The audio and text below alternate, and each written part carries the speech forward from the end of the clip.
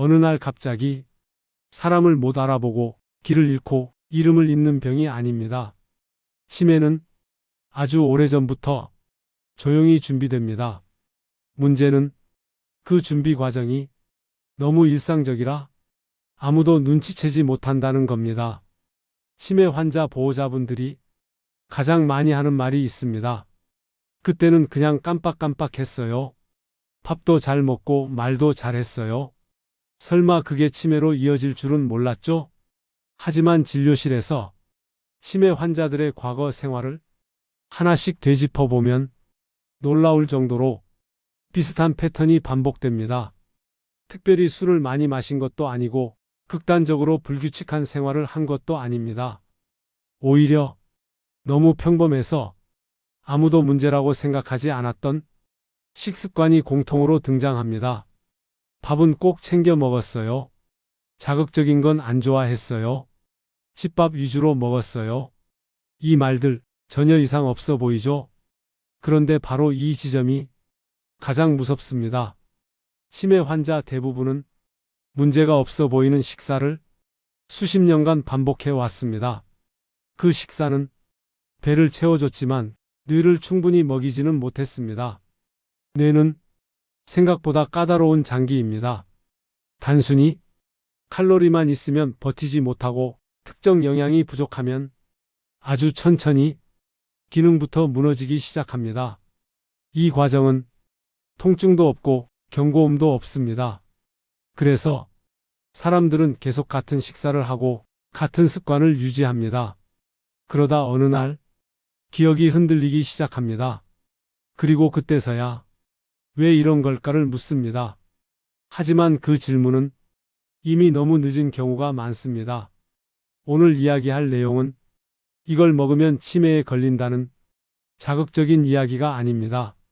치매 환자들에게 너무 자주 반복해서 발견되는 공통 식습관이 무엇이었는지, 그리고 그 식습관이 어떤 방식으로 뇌를 서서히 약하게 만들었는지에 대한 현실적인 이야기입니다. 지금 이 이야기를 들으면서 우리 부모님 식사랑 비슷한데 나도 저렇게 먹고 있는데 라는 생각이 든다면 이 영상은 남의 이야기가 아닐 수 있습니다. 치매는 기억이 사라지기 훨씬 전부터 식탁에서 시작되는 경우가 많습니다. 그 사실을 지금부터 하나씩 짚어보겠습니다.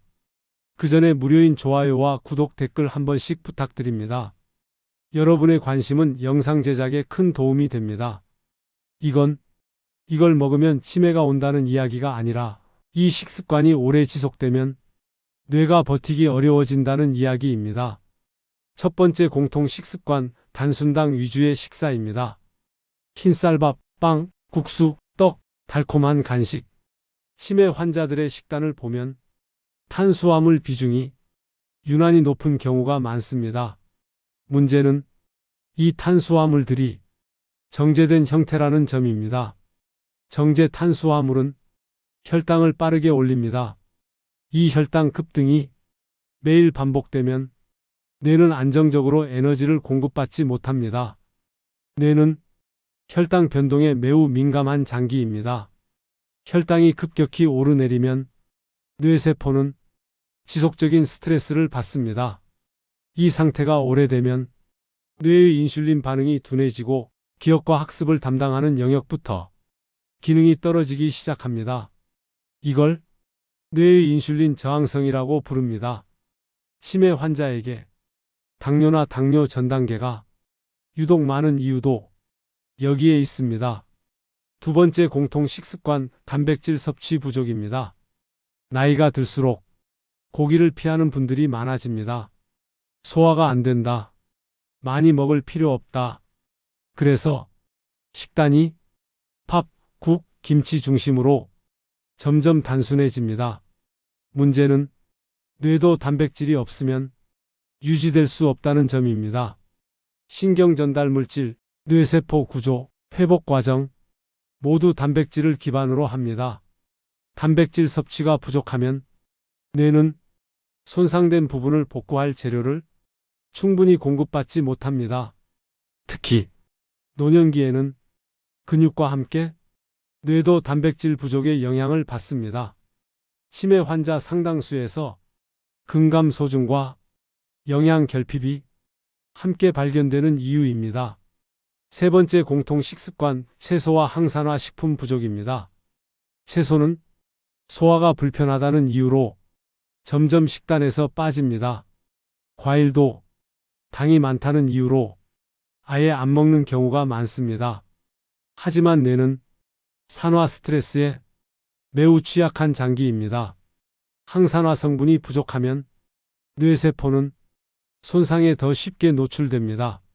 채소와 과일에 들어있는 비타민, 폴리페놀, 미량 영양소들은 뇌를 직접 보호합니다.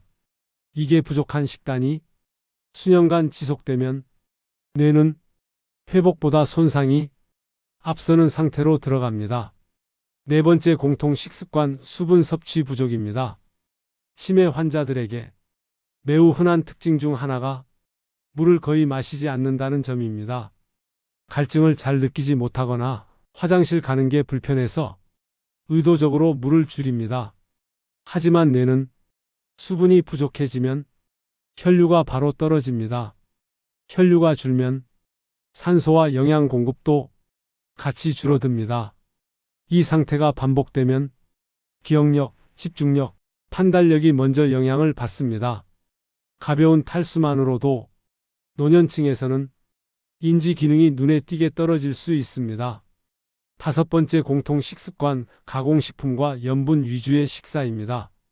국물 음식, 가공 반찬, 젓갈, 즉석식품, 염분과 첨가물이 많은 식단은 혈관을 손상시킵니다.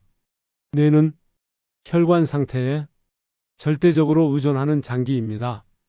혈관이 딱딱해지고 미세순환이 나빠지면 뇌세포는 천천히 굶게 됩니다.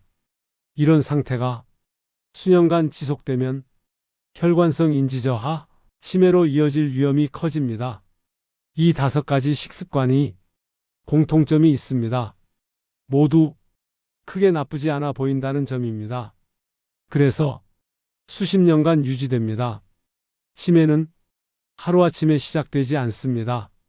대부분 10년, 20년에 걸쳐 조용히 준비됩니다. 그 준비 과정에서 가장 큰 영향을 주는 요소 중 하나가 매일의 식습관입니다. 지금 당장 기억력이 괜찮다고 해서 안심할 수는 없습니다. 뇌는 문제가 생긴 뒤에 회복시키기보다 문제가 생기지 않도록 지켜야 하는 장기입니다. 치매를 예방한다는 건 특별한 약을 먹는 게 아니라 뇌가 매일 버틸 수 있는 환경을 만들어주는 일입니다. 그 시작은 오늘의 식사입니다.